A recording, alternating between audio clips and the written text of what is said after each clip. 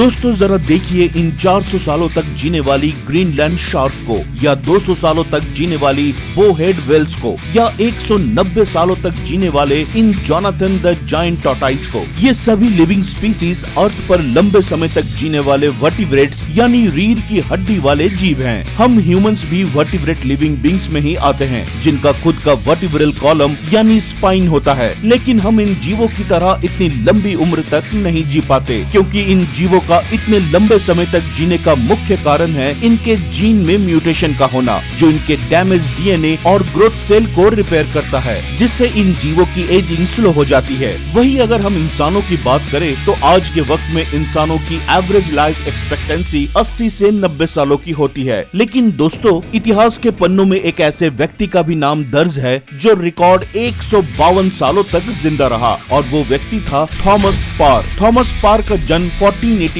में इंग्लैंड में हुआ था। उनकी लाइफ का फूड इंटेक सोर्स पैटर्न काफी न्यूट्रिशियस और ऑर्गेनिक था, जिस कारण उन्हें एक सेहतमंद और लंबी उम्र मिली। थॉमस की फिटनेस का अंदाजा आप इस बात से लगा सकते हैं कि जहां 80 की उम्र में लोगों के लिए चलना फिरना मुश्किल हो जाता है, वहीं थॉमस ने 80 की उम्र में शादी की और बच्चे भी पैदा किए। थॉमस जब 110 साल के थे तो उनकी पत्नी की डेथ हो गई और 122 साल की उम्र में उन्होंने दूसरी शादी की। दोस्तों 14th सेंचुरी में लोगों की एवरेज लाइफ एक्सपेक्टेंसी 40 साल हुआ करती थी। जब लोगों में थॉमस की उम्र को लेकर बातें फैलने लगी तो वो अपने शहर का सेलिब्रिटी बन गया। थॉमस इतना फेमस हो गया था कि खुद इंग्लैंड के किंग चार्ल्स दी फर्स्ट ने उन्हें मिलने के लिए लंदन अपने महल में बुलवाया। किंग चार्ल्स ने थॉमस की बहुत खातिरदारी की, लेकिन वहाँ का शाही खाना और एनवायरनमेंट को थॉमस झेल नहीं पाया और बीमार पड़ने से उसकी मौत हो गई। दोस्तों दुनिया की अगली सबसे लंबी उम्र तक जीने वाली एक महिला थी जीन लुइस कालमेंट, जिनका जन्म 1875 में फ्रांस में एक छोटे से शहर ऑल्स में हुआ। लुइस कालमेंट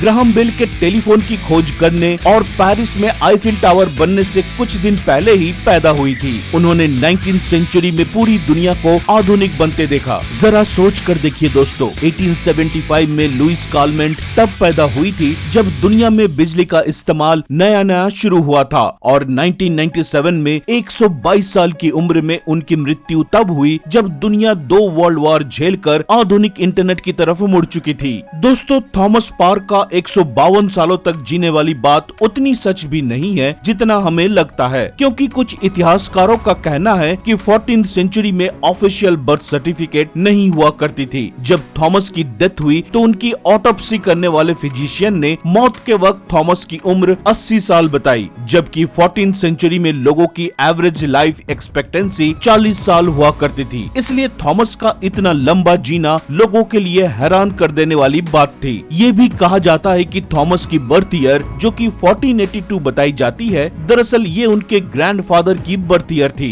दोनों का एक ही जैसा नाम होने की वजह से थॉमस ने इसका इस्तेमाल किया। शायद उसने शोहरत पाने के लिए ये झूठ बोला, इसलिए 122 सालों तक जीने वाली जीन लुइस कालमेंट को ही ऑफिशियली रिकॉर्डेड दुनिया का सबसे ज्यादा जीने वाले लोगों में गिना जाता है। लेकिन दोस्तों क्या आपने कभी ये सोचा है कि हमारी उम्र बढ़ने के साथ साथ हम बूढ़े क्यों हो जाते हैं, या फिर एजिंग की वजह से हमारे ऑर्गन्स कमजोर क्यों पड़ जाते हैं? दरअसल हमारे बुढ़े होने का सबसे बड़ा कारण है हमारे सेल्स के क्रोमोसोम के एंड पर मौजूद टेलोमिया का। हमारे टिश्यूज हर 2 हफ्ते में बनते और खत्म हो जाते हैं। क्रोमोसोम रिप्लिकेट होकर नए टिश्यूज बनाते हैं। अब जितनी बार भी क्रोमोसोम रिप्लिकेट होगी उतनी बार क्रोमोसोम के एंड पर मौजूद टेलोमिया छोटा होता जाता है। 30 से 40 साइकिल ऑफ रिप्लिकेशन कंप्लीट करने के बाद टेलोमिया का रिप्लिकेट होना बंद हो जाता है, जो हमारी एजिंग के लिए रिस्पॉन्सिबल होता है। लेकिन दोस्तों अक्सर ये देखा गया है कि कुछ लोगों के टेलोमिया जेनेटिकली लंबी होती है, या कुछ लोगों के टेलोमिया स्लोली रिप्लिकेट होते हैं, जो उनके बूढ़े होने की रफ्तार को धीमा कर देती है, और वो लोग किस्मत से एक लंबी जिंदगी जीते हैं। दोस्तों आप लोग भी एक लंबी जिंदगी जी सकते हैं। कुछ रिसर्चर्स की रिपोर्ट के अनुसार किसी भी इंसान की लंबी उम्र के लिए 20% जेनेटिक के साथ साथ 80% उसका डाइट फैक्टर और लिविंग स्टाइल भी रिस्पॉन्सिबल होता है। आखिर कुछ लोग ज्यादा लंबी उम्र क्यों जीते हैं, इस बात का पता लगाने के लिए डैन ब्यूटनर, जो एक एक्सप्लोरर और नेशनल ज्योग्राफी के अवार्ड विनिंग जर्नलिस्ट हैं, साल 2000 में अलग अलग जगहों के पॉपुलेशन डेटा का इस्तेमाल करके दुनिया में ऐसी जगहों को खोजा जहां लोग 100 साल या उससे भी अधिक जीते हैं। 100 साल जी चुके ऐसे लोगों को सेंटेनरियंस कहा जाता है। डैन ब्यूटनर की रिपोर्ट के अनुसार उन्होंने पूरी दुनिया में 5 ऐसी जगहों को ढूंढा जहां बाकी देशों के मुकाबले सेंटेनरियंस की पॉपुलेशन अधिक थी। ये एरिया थे इटली के सार्डिनिया, कोस्टा रिका के निकोया, जापान में ओकानावा, ग्रीस में इकारिया और कैलिफोर्निया में लोमा लिंडा। इन सभी एरियाज को ब्लू जोन से मार्क किया गया है। दोस्तों, डैन जब इन सभी 5 मार्क किए गए ब्लू जोन एरिया के लोगों की लाइफस्टाइल को स्टडी कर रहे थे तो उनका ध्यान जापान के ओकोनावा लोगों की तरफ गया। यहाँ पर न सिर्फ लोगों की लाइफ स्पैन ज्यादा थी बल्कि एक लंबी उम्र के साथ साथ यहाँ पर लोगों की हेल्थ भी बहुत बेहतर थी। इस पर डैन ने जब और डिटेल स्टडी की तो उनके सामने ओकोनावा लोगों की कुछ रोचक लाइफस्टाइल हैबिट्स निकलकर सामने आई जो यहाँ के लोग सदियों से फॉलो करके एक बेहतर और हेल्दी लाइफ जी रहे थे। दोस्तों, आमतौर पर बढ़ती उम्र के साथ साथ लोगों में कई तरह की बीमारियां पनपनी शुरू हो जाती है, जैसे कि दिल से जुड़ी बीमारी यानी cardiovascular disease, cancer, dementia, diabetes, जो बढ़ती उम्र के साथ लोगों की मौत का कारण बनती है। लेकिन ओकोनावा के लोग इस मामले में बाकी दुनिया के लोगों से अलग हैं। यहाँ के उम्र दराज लोग एक अच्छी और हेल्दी लाइफस्टाइल जी रहे हैं। आइए हम समझते हैं यहाँ के लोगों की लंबी उम्र और हेल्दी लाइफस्टाइल जीने के तरीके को। यहाँ के लोगों की हेल्दी लाइफस्टाइल का पहला रीजन है इनका न्यूट्रिशियस डाइट फैक्टर फॉलो करना। यहाँ पर लोग अपने खाने में कार्बोहाइड्रेट के मुकाबले न्यूट्रिशन का ज्यादा इस्तेमाल करते हैं। दोस्तों, फूड में कार्बोहाइड्रेट हमें सिर्फ एनर्जी देती है, लेकिन वही फूड में अगर न्यूट्रिशन भी ऐड कर दिया जाए तो हमें विटामिन्स, मिनरल्स और अलग अलग तरह के पोषक तत्व भी मिलती है। इसके लिए ओकोनावा के लोग अपने खाने में ग्रीन वेजिटेबल्स का भरपूर मात्रा में इस्तेमाल करते हैं और कार्बोहाइड्रेट के लिए स्वीट पोटैटोज खाते हैं। दोस्तों, खाने के इस प्रोसेस को यहाँ के 80% लोग फॉलो करते हैं। खाना खाते वक्त ये लोग अपने पेट को सिर्फ 80% तक भरते हैं और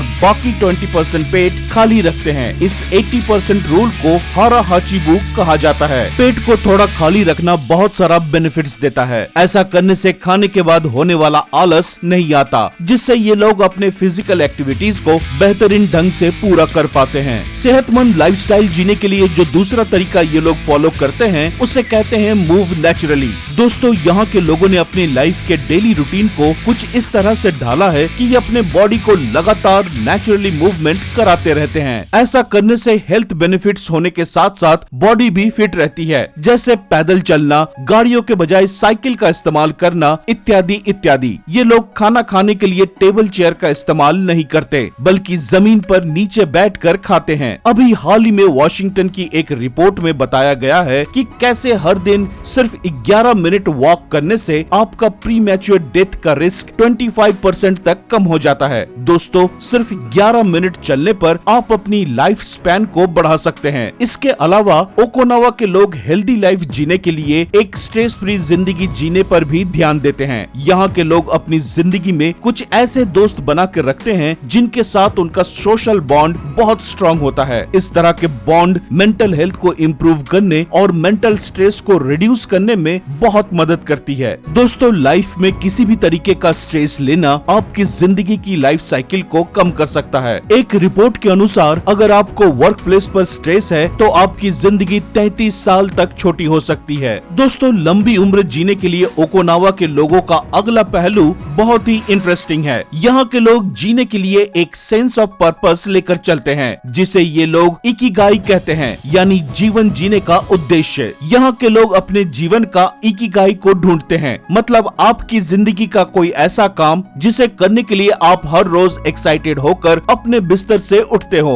ओकोनावा के लोग बुढ़ापे तक कुछ न कुछ अपने मन का और समाज के मतलब का काम करते रहते हैं। ये लोग कभी भी रिटायरमेंट नहीं लेते। यहाँ पर लोग एक्टिव लाइफस्टाइल जीने पर जोर देते हैं, जैसे कि गार्डनिंग करना, खेती करना या किसी और तरह की हॉबीज रखना या दूसरे लोगों को सिखाना। आप लोग भी ऐसे कई काम कर सकते हैं जिसे करने से आपको लॉन्ग टर्म सेटिस्फैक्शन या जिसे करने से आपको खुशी मिलती हो, जैसे कि किसी भी धार्मिक स्थल पर अपनी सेवा देना, चैरिटी करना या किसी सोशल एक्टिविटी में शामिल होना। दोस्तों, अगर आपकी लाइफ में जीने के लिए एक बेहतर पर्पस हो जिसे करने के लिए आप एक्साइटेड रहते करते हो तो ये आपकी लाइफ एक्सपेक्टेंसी को 7 साल तक बढ़ा सकती है। तो दोस्तों ये थी कुछ हेल्दी लाइफस्टाइल जीने के तरीके जिन्हें ये ब्लू जोन में रहने वाले सेंटेनेरियंस फॉलो करते हैं और एक लंबी और सेहतमंद जिंदगी जीते हैं। आप भी इस तरह के लाइफस्टाइल को अपनाकर एक अच्छी जिंदगी जी सकते हैं। फिलहाल आज के लिए इस वीडियो में